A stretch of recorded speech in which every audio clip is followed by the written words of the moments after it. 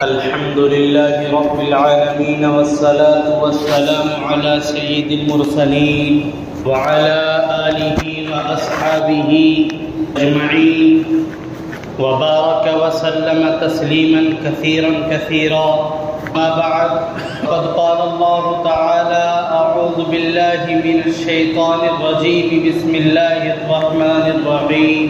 يا أيها الناس اعبدوا ربكم الذي خلقكم والذين من قبلكم لعلكم تتقون. صدق الله العظيم. سامعین محترم، اللہ تبارک و تعالی کا یہ دستور رہا ہے اور اللہ کا یہ اصول اور ضابطہ رہا ہے کہ جب اس نے اپنے کسی پیغمبر کو بھیجا تو پیغمبر کو بھیجنے کے بعد اس نبی اور رسول پر اپنی پیاری کتاب، اپنے احکامات کو نازل فرمایا. چنانچہ حضرت موسیٰ علیہ السلام کو اللہ نے تورات دی، اسی طریقے سے حضرت عیسیٰ علیہ السلام کو اللہ نے انجیل عطا فرمائی اور اس کے علاوہ دیگر انبیاء کو اپنے صحیفوں سے نوازا تاکہ وہ اس قوم کے لیے ہدایت کا ذریعہ بنے، اللہ کو پہچاننے کا ایک ذریعہ بنے، اللہ کی معرفت حاصل کرنے کا ایک سبب بن جائے. اسی طریقے سے اللہ نے قرآن کریم کو نازل فرمایا. یہ قرآن کریم سرچشمہ ہدایت ہے اور یہ قرآن کریم کسی ایک قوم کے لیے نہیں یا کسی ایک وقت تک نہیں، ایک وقت کے لیے محدود نہیں، بلکہ اللہ نے قرآن کو نازل کیا اور فرمایا کہ یہ کتاب قیامت تک آنے والے انسانوں کے لیے ہدایت یافتہ ہے اور قیامت تک آنے والے انسانوں کی رہنمائی کرنے والی یہ کتاب ہے. اب کون لوگ ہیں جو اس قرآن کریم کے ذریعے ہدایت حاصل کرتے ہیں اور کون ہیں جو اس قرآن کریم کی نافرمانی کر کے دائمی اور ابدی شقاوت، دائمی اور ابدی زندگی ایسی جس کو اللہ نے عذابوں سے بھرا ہے، جس کو اللہ نے سختیوں سے بھرا ہے، اس قرآن کریم کی نافرمانی کر کے اس زندگی کو حاصل کرتے ہیں. قرآن کریم کی ایک بڑی سورت سورہ بقرہ، اس کی ابتدائی آیات کے اندر اللہ تبارک و تعالی نے 3 گروہ کا تذکرہ فرمایا: مومنین، کافرین اور منافقین. کہ انسان 3 طبقے کے ہوتے ہیں. ایک انسان وہ ہے جو اللہ پر ایمان رکھتا ہے اور اس کا ایمان خالص ہے، صرف اور صرف اپنے رب کی رضا کے لیے اور اپنے رب کی عبادت کے لیے وہ انسان اپنے آپ کو پیش کر رہا ہے. اور ایک انسان وہ ہے جس کا شمار کافرین کے اندر ہوتا ہے، وہ اللہ کا نافرمان، اللہ کے نبی کا نافرمان، اللہ کی کتابوں کو نہ ماننے والا ہے. اور تیسرا گروہ وہ ہے جس کو منافق کہا جاتا ہے. قرآن بیان کرتا ہے ایک وقت وہ ہوتا ہے کہ جب وہ آپ کے سامنے ہوتے ہیں، نبی کے سامنے ہوتے ہیں اور ایمان والوں کے سامنے ہوتے ہیں تو اپنے آپ کو ایمان والا ظاہر کرتے ہیں، لیکن جب ان کا وقت بدلتا ہے اور ان کی جگہ بدل جاتی ہے تو وہ انسان اپنے آپ کو کہتے ہیں کہ ہم ایمان والے نہیں ہیں. ایسے لوگوں کو قرآن کریم منافق کے لفظ سے پکارتا ہے. 3 گروہوں کا اللہ نے تذکرہ کیا. نمبر 1 مؤمنین، نمبر 2 کافرین اور نمبر 3 منافقین. ان 3 گروہوں کا تذکرہ کرنے کے بعد اللہ تبارک و تعالی نے ایک آیت کریمہ نازل فرمائی: یا ایھا الناس اعبدوا ربکم الذی خلقکم والذین من قبلکم لعلکم تتقون. اے ایمان والو، اے لوگو، اس رب کی عبادت کرو جس نے تم کو پیدا کیا، اور اس نے ان لوگوں کو پیدا کیا جو تم سے پہلے گزر چکے ہیں۔ اے لوگو، تم عبادت کرو اس رب کی جس نے تمہیں پیدا کیا۔ اے لوگو، تم عبادت کرو اس رب کی جس نے تم سے پہلے لوگوں کو پیدا کیا، کس لیے؟ لعلکم تتقون، تاکہ تم متقی بن جاؤ۔ اللہ نے اس آیت کریمہ کے اندر اپنی وحدانیت کو بیان کیا ہے، اپنی عبدیت کو بیان کیا ہے کہ انسان کتنا ہی بڑا ناشکرہ بن جائے اور انسان کسی بھی طریقے سے اللہ کی نافرمانی کرنے والا ہو، انسان کسی بھی طریقے سے ایک وقت میں اپنے آپ کو ایمان والا شمار کرائے اور دوسرے وقت میں اپنے آپ کو غیر ایمان والا شمار کرائے، تب بھی وہ اللہ کے حکموں سے بچ کر کے نہیں جا سکتا، اللہ کے قوانین سے وہ نہیں ہٹ سکتا۔ یہ اللہ کا فرمان ہے۔ اللہ نے انسان کو پیدا کیا، اب اللہ فرماتے ہیں اے انسان، اگر تو میری وحدانیت کو پہچاننا چاہتا ہے، اگر تو یہ چاہتا ہے کہ تجھے اللہ کی معرفت حاصل ہو جائے اور تجھے اس بات کا یقین ہو جائے کہ آخر اللہ کون سی ذات ہے اور اللہ کیا ہے، تو قرآن سب سے پہلے کہتا ہے وَفِي أَنفُسِكُمْ أَفَلَا تُبْصِرُونَ، کہ انسان تیری پیدائش کا ہونا اور تیرا وجود کے اندر آنا یہ خود ایک بہت بڑی نعمت ہے جو اللہ کی وحدانیت کو بیان کرتی ہے۔ ایک چیز تو یہ ہے کہ کوئی چیز بنی ہوئی ہے اور اس چیز کو بنا کر کے اس کے ٹکڑے ٹکڑے کر کے اس چیز کے ریزے ریزے کر کے اس چیز کو دوبارہ جوڑ دیا جائے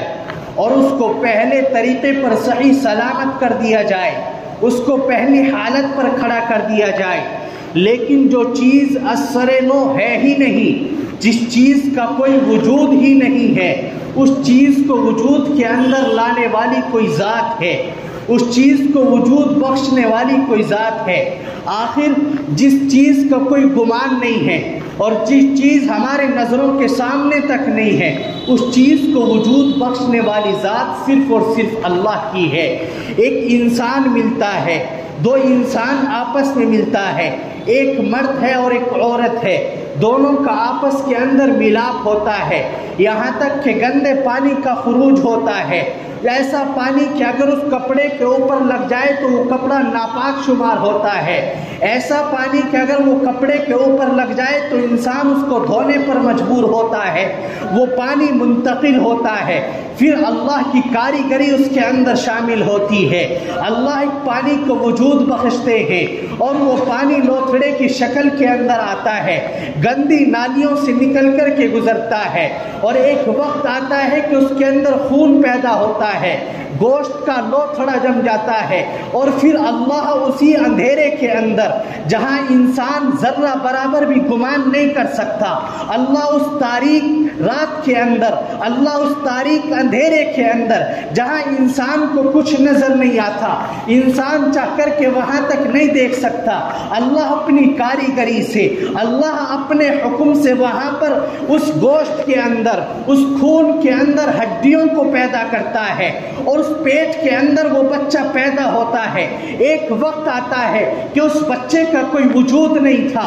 یہاں تک کہ کسی کے ذہن و گمان کے اندر بھی وہ نہیں تھا، لیکن اللہ نے اس کا ذریعہ بنایا اور وہ ماں کے پیٹ کے اندر جا کر کے اللہ نے اس کا طریقہ بنایا، اور بنانے کے ساتھ ساتھ اللہ نے اس کو ایک اچھی ایسی شکل دی جس کو قرآن بیان کرتا ہے لَقَدْ خَلَقْنَا الْإِنسَانَ فِي أَحْسَنِ تَقْوِيمٍ، کہ اللہ نے اس دنیا کے اندر بے شمار مخلوقات پیدا کی ہیں، لیکن ان مخلوقات میں سب سے زیادہ محتم بالشان، سب سے زیادہ افضل، سب سے زیادہ اعلیٰ اور سب سے زیادہ حسین، سب سے زیادہ خوبصورت، سب سے زیادہ دلوں کو لبھانے والی اللہ نے ایک ایسی شکل بنائی، اور وہ شکل وجود کے اندر آتی ہے، 9 مہینے پورے ہوتے ہیں اور وہ شکل باہر لوگوں کے سامنے آتی ہے۔ اللہ کی کاریگری اس کے اندر انسان کو دکھائی دیتی ہے۔ اگر اللہ کی وحدانیت کو اگر ہم اس چیز سے نہیں پہچان سکتے تو کس چیز سے پہچان سکتے ہیں؟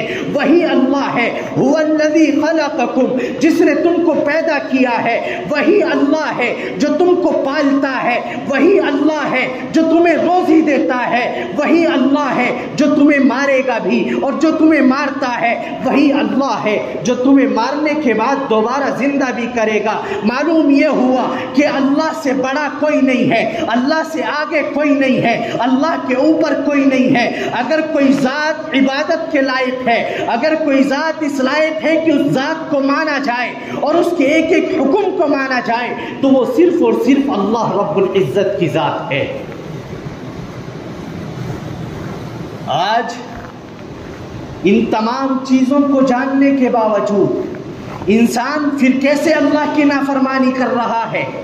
پھر کیسے اللہ کی نافرمانی کے اوپر تلا ہوا ہے۔ میں نے شروع میں بیان کیا کہ قرآن کریم کے اندر سورہ بقرہ کی ابتدائی آیات انسان کے تذکرہ کرتی ہے کہ لوگوں کے اندر 3 قسم کے انسان ہیں، ایک وہ جو مومنین ہیں، دوسرے وہ جو کافرین ہیں، اور تیسرے وہ جو منافقین ہیں۔ لیکن اللہ نے تینوں کا پھر خلاصہ بیان کیا، یا ایھا الناس اعبدوا ربکم الذی خلقکم والذین من قبلکم لعلکم تتقون۔ ایمان والا ہو، چاہے کافرین ہو، منافقین ہو، جس نے اپنے رب کو پہچان لیا ہے، اس کے رب کی معرفت جسے حاصل ہو گئی ہے، اور اس نے اپنے رب کی معرفت کو حاصل کر کے اپنے رب کی عبادت کی ہے، اپنے رب کو سچے دل سے مانا ہے، وہی انسان کامیاب ہے۔ اللہ نے پیدا کیا، اللہ فرماتے ہیں اے انسان میں نے تجھے ایسے پیدا کیا اور تجھ سے پہلے لوگوں کو بھی پیدا کیا، اگر اب تو میری عبادت نہیں کر سکتا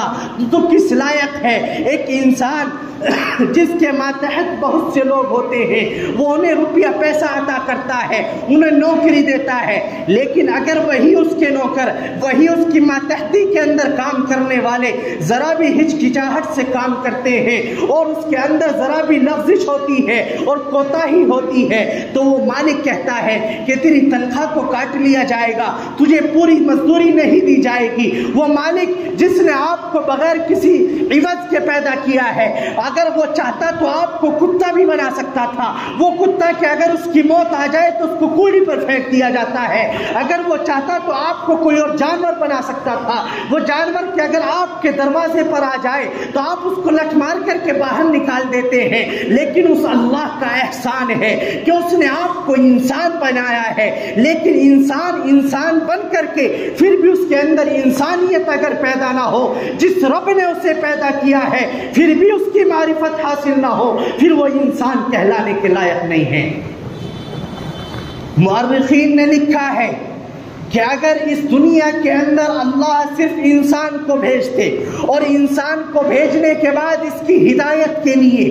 اور اس کو راستہ دکھلانے کے لیے اللہ پیغمبروں کا ایک سلسلہ جاری نہ فرماتے، نبیوں کا ایک سلسلہ جاری نہ فرماتے اور اللہ اپنے احکامات کا نزول نہ کرتے، جبرائیل امین کو اس دنیا کے اوپر نہ اتارتے اور قرآن کریم اس دنیا کے اوپر نہ اترتا، پھر بھی انسانوں کے اوپر لازم اور ضروری تھا کہ وہ اپنی رب کی معرفت کو حاصل کرے، اس لیے کہ اللہ نے انسان کو عقل سلیم دی ہے، اللہ نے انسان کو عقل دی ہے۔ جانور آپ سے زیادہ طاقتور، آپ سے زیادہ وزنی، آپ سے زیادہ کام کرنے والا، لیکن اللہ نے اس کے چاروں ہاتھ پیروں کو زمین کے نیچے جھکا دیا ہے، زمین کی طرف کو جھکا دیا ہے۔ صرف واحد ایک انسان کی ذات ایسی ہے کہ اللہ نے اسے سیدھا کھڑا کیا ہے اور ایک ایسی عقل دی ہے کہ کتنا بھی بڑا جانور ہو، دنیا کا کتنا بھی بڑا کام کیوں نہ ہو، اللہ نے سب کو اس کی عقل کے اندر سمیٹ کر کے رکھ دیا۔ آج سائنسداں اگر کہتے ہیں کہ ہم اپنے بل بوتے پر چاند پر پہنچے ہیں، اگر کوئی اس بات کا دعویٰ کرتا ہے کہ ہم نے اپنے بلبوتے پر فلاں کام کر دیا ہے، نہیں، سب سے پہلی ذات اللہ ہے جس نے آپ کو وہ عقل دی ہے کہ آپ اس کام کو کر سکیں۔ اللہ نے انسان کو عقل دی اور اس عقل کے ذریعے اللہ نے وہ کام کرائے۔ اس لیے کسی کام کو کر کے اپنی واہوائی کرنا اور اپنی بڑائی بیان کرنا یہ شرک کے اندر داخل ہے۔ سب سے پہلی ذات کسی بھی کام کو کرنے والی صرف اور صرف اللہ کی ہے۔ اس لیے دوستو، ہمارے لیے ضروری ہے کہ ہم اپنے رب کو پہچانیں۔ جب انسان رب کو پہچان لے گا اور رب کی معرفت اسے حاصل ہو جائے گی، پھر دنیا کی کوئی چیز اسے بیکار نہیں کر سکتی، دنیا کی کوئی چیز اسے تباہ و برباد نہیں کر سکتی۔ آپ کہیں گے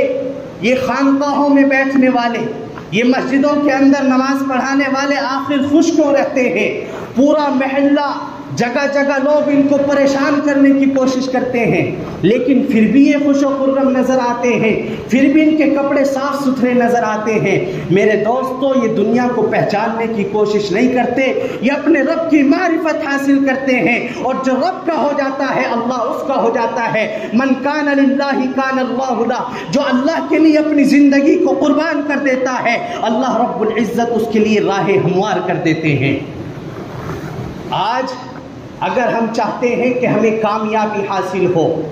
اور ہم اس دنیا کے اندر سرخرو ہوں، ہم کامیاب ہوں، تو اس کے لیے ضروری ہے میرے دوستو، سب سے پہلے اپنے رب کو پہچان لو۔ جس نے اپنے رب کو پہچان لیا، جس نے اپنے مالک کو پہچان لیا، وہ سمجھو وہ کامیاب ہو گیا۔ اور جس نے سب کچھ ہونے کے باوجود، عقل سلیم ہونے کے باوجود، مال و دولت ہونے کے باوجود، پھر وہ رب کے فرمان سے ہٹا رہا، رب کی نافرمانی کے اوپر تلا رہا، تو یاد رکھو وہ انسان سوائے خسارے اور نقصان اور گھاٹے کے کہیں نہیں جا سکتا۔